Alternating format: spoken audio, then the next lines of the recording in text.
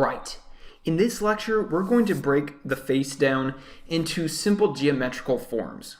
So just like all images can be broken down into simple 2D shapes like we saw in previous lectures, we can also break everything down into simple geometrical forms. So let's go ahead and try this. So first off, we're going to start off with the nose. So the nose is basically a number 7. A lot of people like to think of it that way from the side, but there's a lot more to it than that. So first, let's go ahead and create sort of a cube shape that will represent our nose. So this is the first shape that the nose can be broken down into. So we got one plane right there, another one right here, which kind of tapers off as you get to the top, and then this one right here.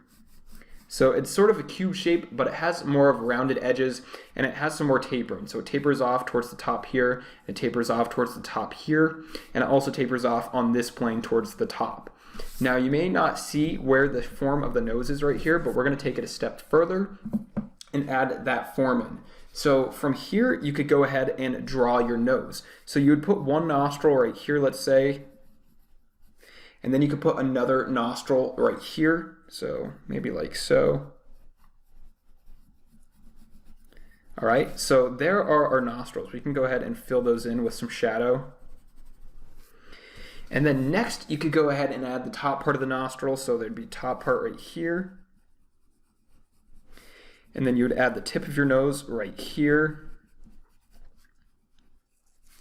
And then you can go ahead and add a little bit more of a shape to your nose and more of a rounded bottom here. All right, so now we have a lot more form in our nose, a lot more organic form at least, and now we can go ahead and add in some highlights and shadows to that to take it a step further. So on this bottom area we would have a shadow, so let's go ahead and add in that shadow. And this is saying that our light source is coming from the top and hitting it coming down like so. So we can go ahead and add in shadow there.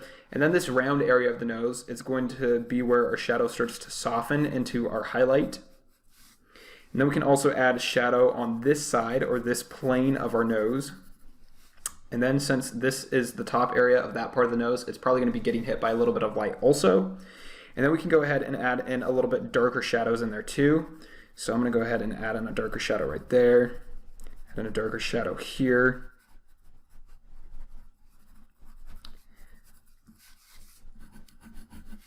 Just like so. And I'm going to stretch that nostril out a little bit more. Same with this one. I'm going to stretch it over a little bit more.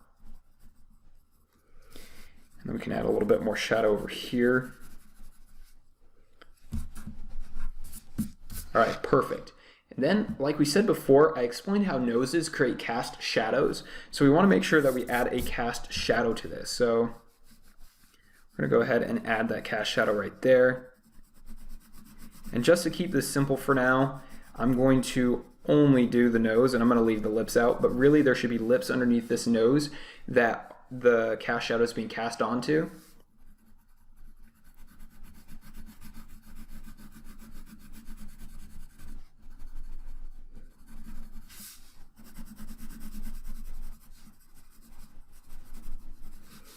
All right, great. So now we have a nose. Now that's not a perfect nose by any means, but I just wanted to get the point across that there is form in everything, including the human face. Now let's try something else.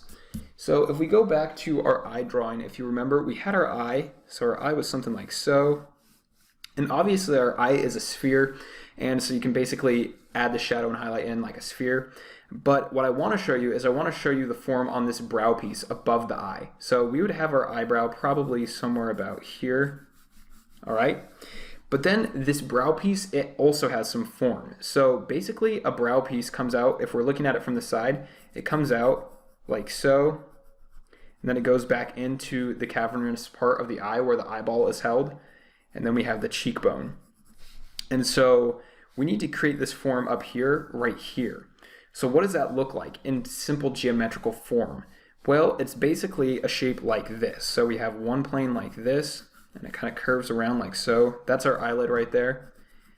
And then we have a plane like this. I'm going to draw this in really lightly. And then we have in another plane like that.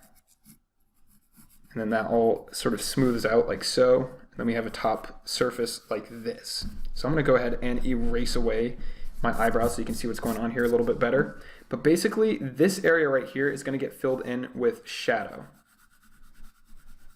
Now, depending on the person, this shape can be different, but basically this is the basic overall idea of the form of the brow piece. And this area tends to get a little bit darker depending on where your light source is coming from, and in this case the light source is coming from the top. And this area will get a little bit lighter. And then this surface is going to be our highlight area, and so we're going to leave that highlighted. But then we can go ahead and start blending this all in together so it has a nice smoother transition. And then we can go ahead and just add in our eyelid really quick. And you see how you can take a organic form and then, you can see how you can take a geometric form and then take it into more of an organic shape, which is very important when you're creating artwork. If you don't understand how to do that, it's going to be very difficult for you to create things out of your head.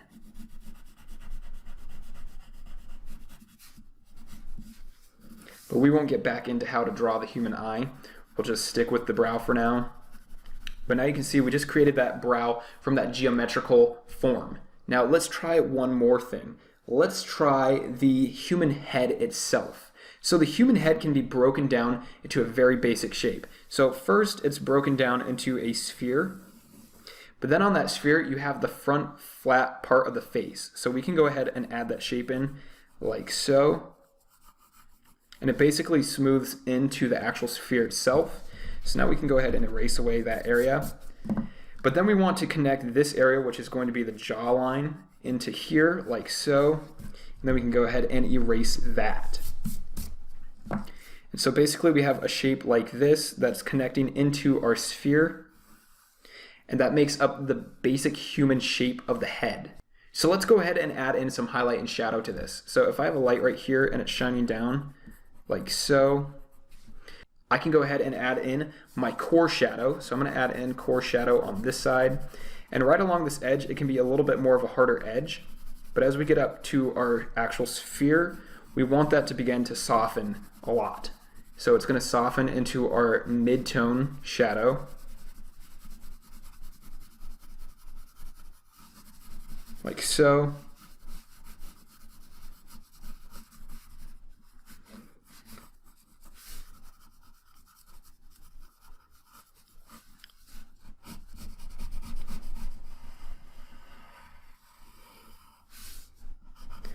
But now we have the basic shape of the human form. You could even add a neck in there if you wanted to. Oops, that's a really skinny neck. Let me redo that. So you could add a neck in there. You could even add the chest area, which would basically be a rectangular cube, which then you could round off and add more form to it to create the correct human form. But basically what I want you to see is that everything can be broken down into basic geometrical shapes. And usually, just like when you're drawing an image where you start with your basic shapes, then I want you to break it down into more of geometrical forms. So let's say this is our character, okay? Well, now I want you to break that down into more geometrical forms. And so what you would do is you would turn this square into more of a cube, let's say. So it's more three-dimensional. And you could turn this into a cube too. And then let's say his hands were down here, and you could turn those into more spheres and add the shadow into it depending on where the light was coming from.